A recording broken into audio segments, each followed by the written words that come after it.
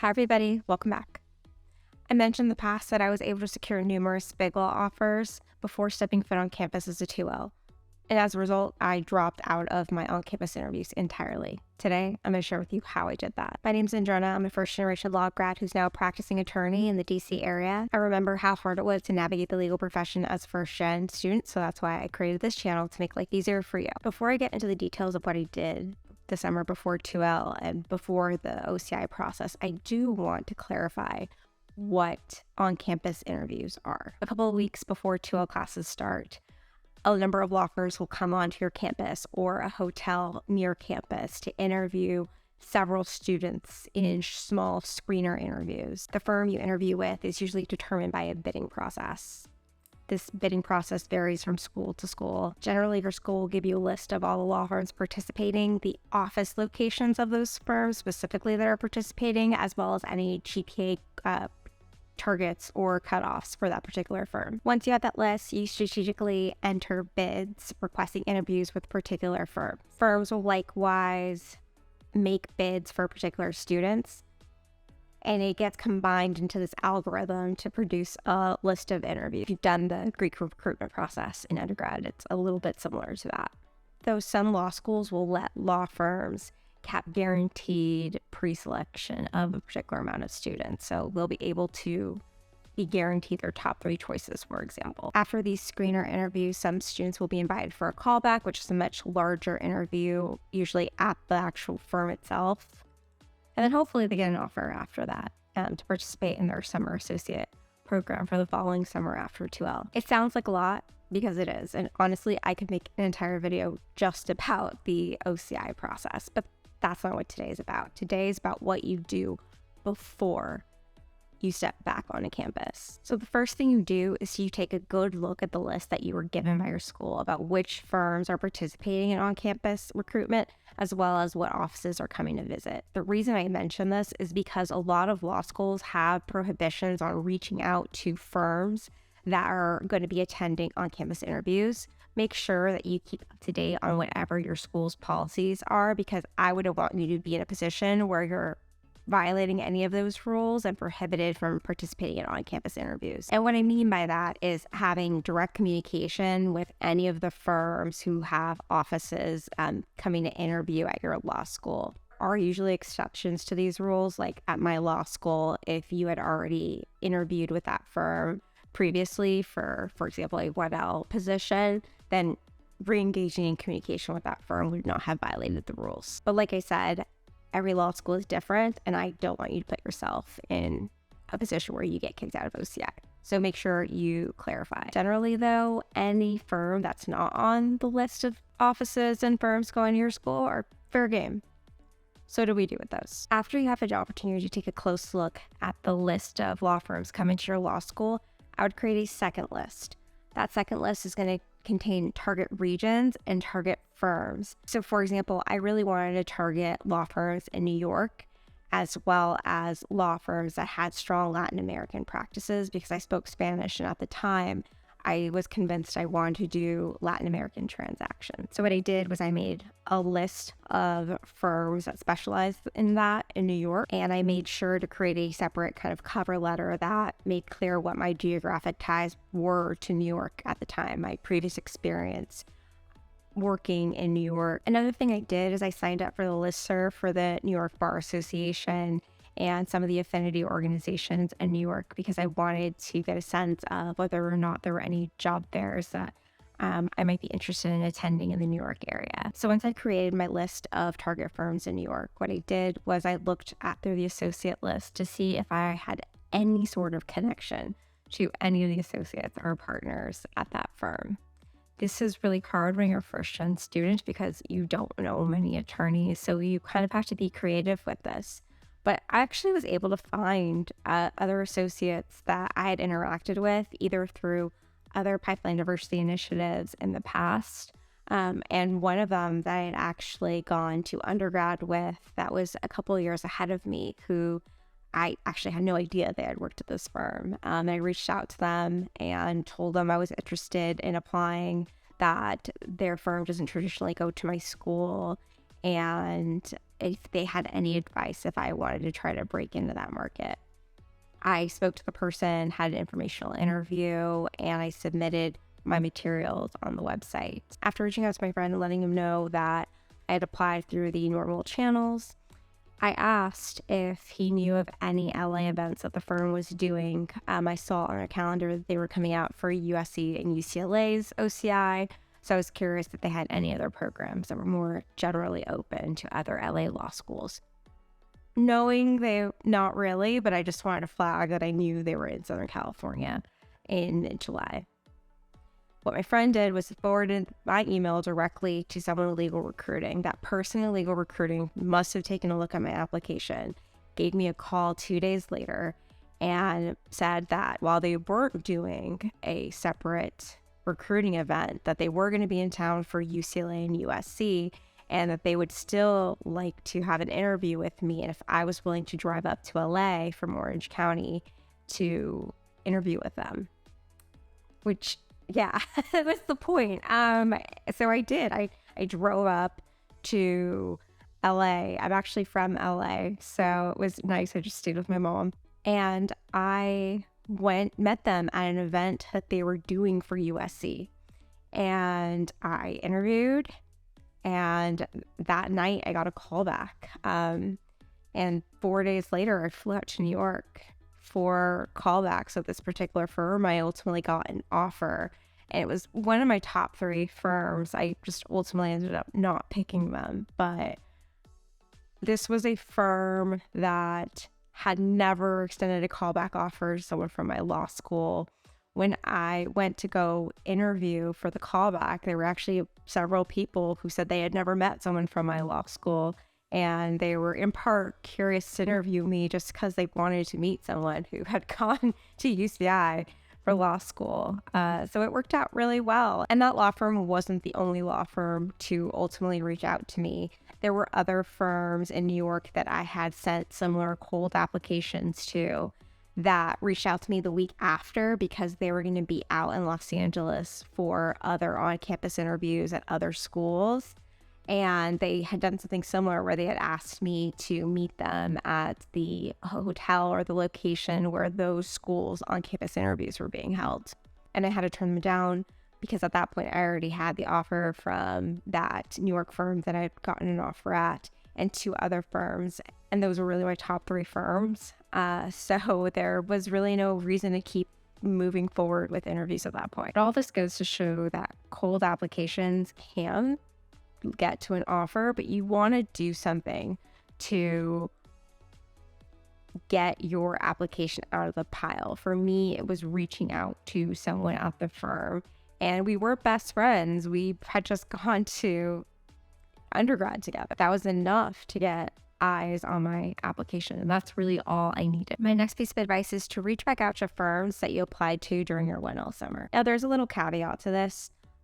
A lot of the firms that I applied to during 1L, when they either sent their rejection letter or if I withdrew and if they were sending a response to that, they would put something in the email to the effect of, if you are still interested in our program next year, we encourage you to apply. At the time, my school had a policy that if you already had a pre-existing relationship with the firm because of a previous application cycle, that it was fair game to reach out to them before OCI. So I did, especially for the firms that had opened the door to me reaching out to them again. So what I did was I waited for 1L grades to come out. I waited for journal announcements to be made so that way I could include law review.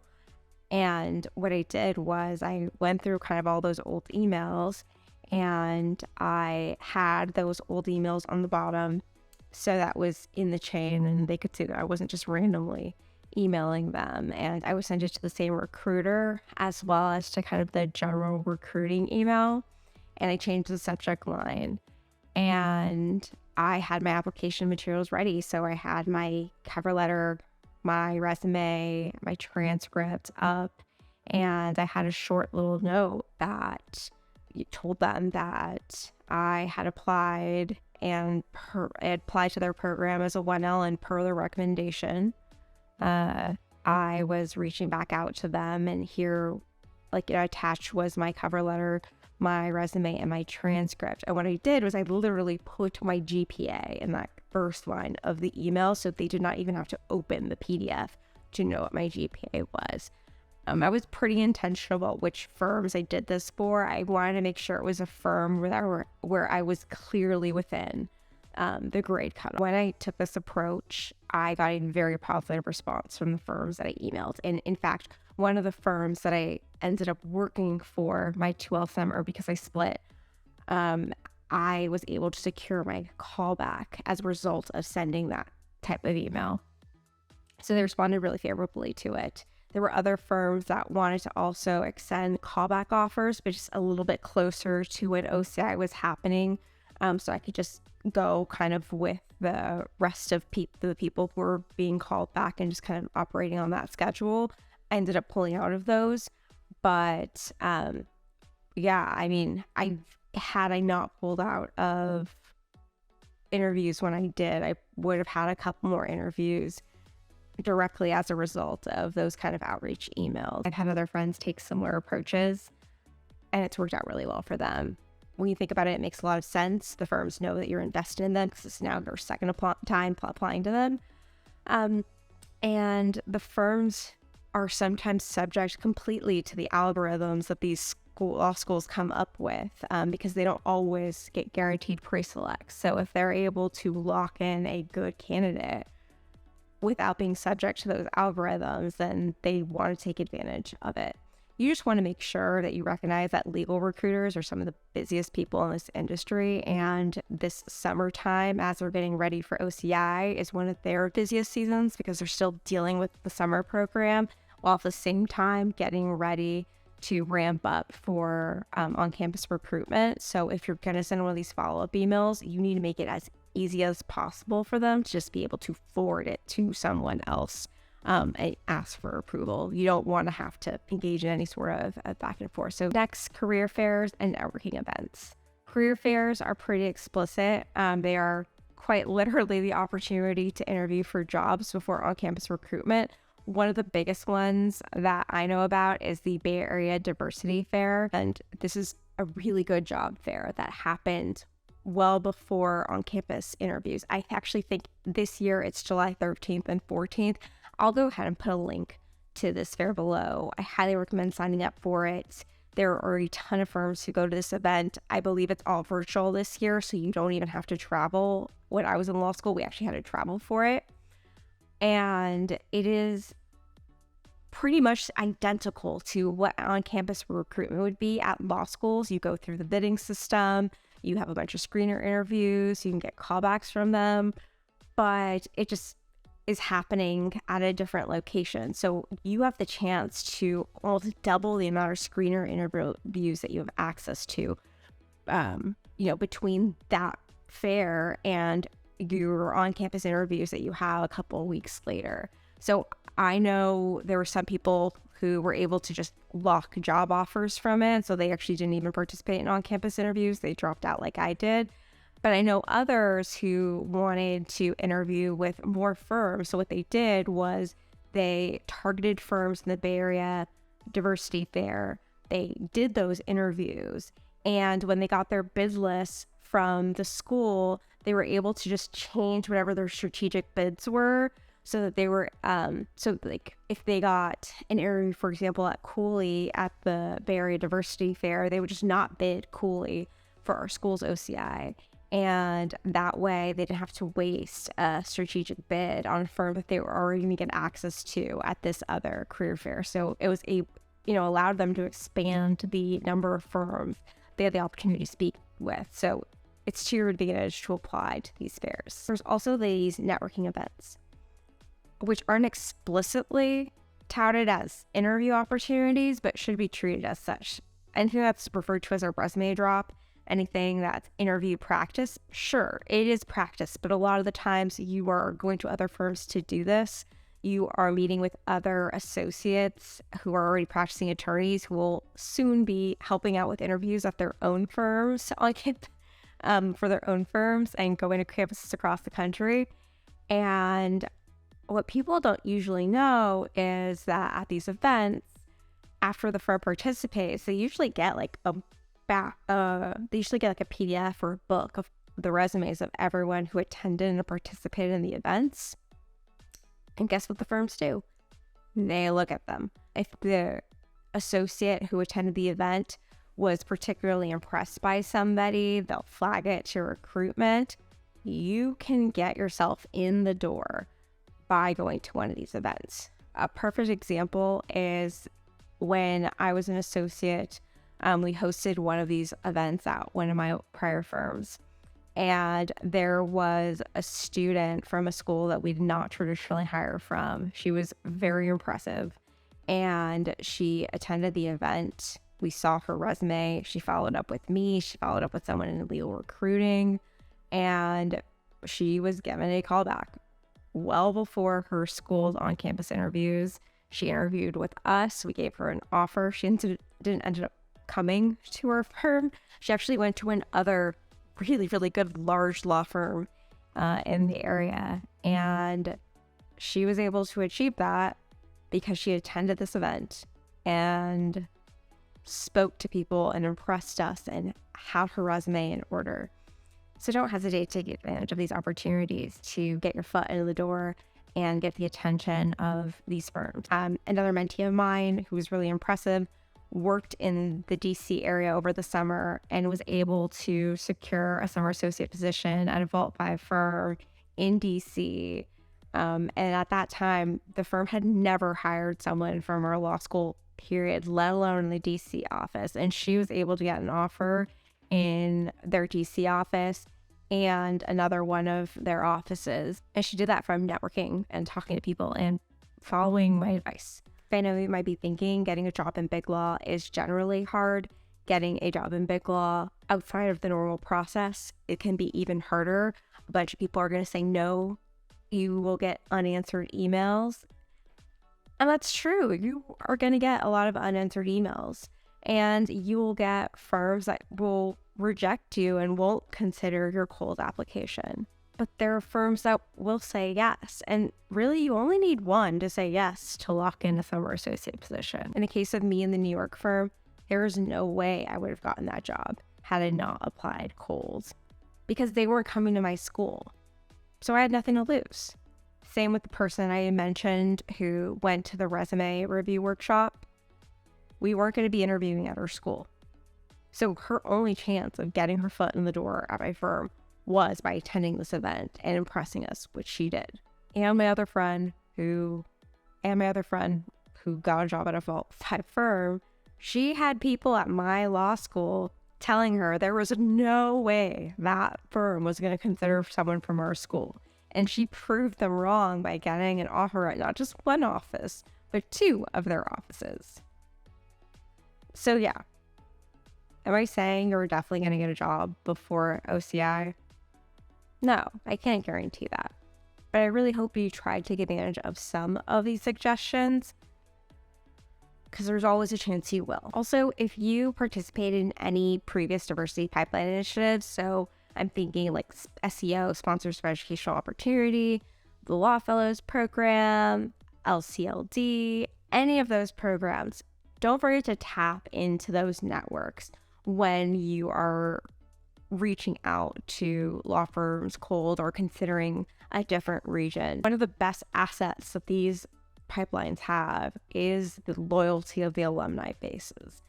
They want to help you, and they will do anything in their power to at least get your application looked at. They can't guarantee you a job, but they can send an email. They can advocate on your behalf. They can bring attention to your application so that the recruiter will look at that one application amongst the other 300 that apply. And sometimes that's enough. So really leverage the power of those networks. It's incredible how many jobs have come from those. My next piece of advice is to apply for several of the diversity scholarships that are available for 2L summer associates. There are a lot of firms that have scholarships available for summer associates from underrepresented backgrounds. Some of the applications have already come out, but I don't recommend actually applying to them until your grades are out and journal announcements have been made. You're not at a unique advantage by applying before then. As long as you apply by mid-June, you should be pretty okay. These scholarships are worth so much money. On top of your regular summer associate salary, which is, I think, $42,000 for a 10-week program now, you can get up to $50,000 on top of that. It's usually paid out in installments. One is at the end of your summer, and I think the second one is usually after starting at that firm and accepting a full-time offer. But it's a significant amount of money. The reason I say you should apply for these in mid-June is because you want your applications to be out and you want to be on the law firm's radars. So in some cases, the firms will be interested in your application and they'll actually try to get you in for a screener or even a callback before your school's on-campus interview process happens. Sometimes, depending on law school rules, firms aren't able to do that, but what they'll do is they'll kind of flag your application and wait for kind of the interview list to come out or pre-selects to come out. 2-ish weeks before OCI, firms will get a bid list and will kind of show all the students that bid on that particular firm. And sometimes firms are able to make pre-selections based off of that. If you're someone who was applied to their diversity scholarship and you were a competitive applicant, you will almost certainly get a pre-selection, which will guarantee you a screener. And, honestly save you from being subject to the algorithm. And that's my story of how I got a job before OCI. I hope you were able to take advantage of some of these tips and tricks. So good luck, and I will see you on the next video. Santa camera Mochi. Sorry, my dog wanted to join. This is Mochi. Hey, Mochi.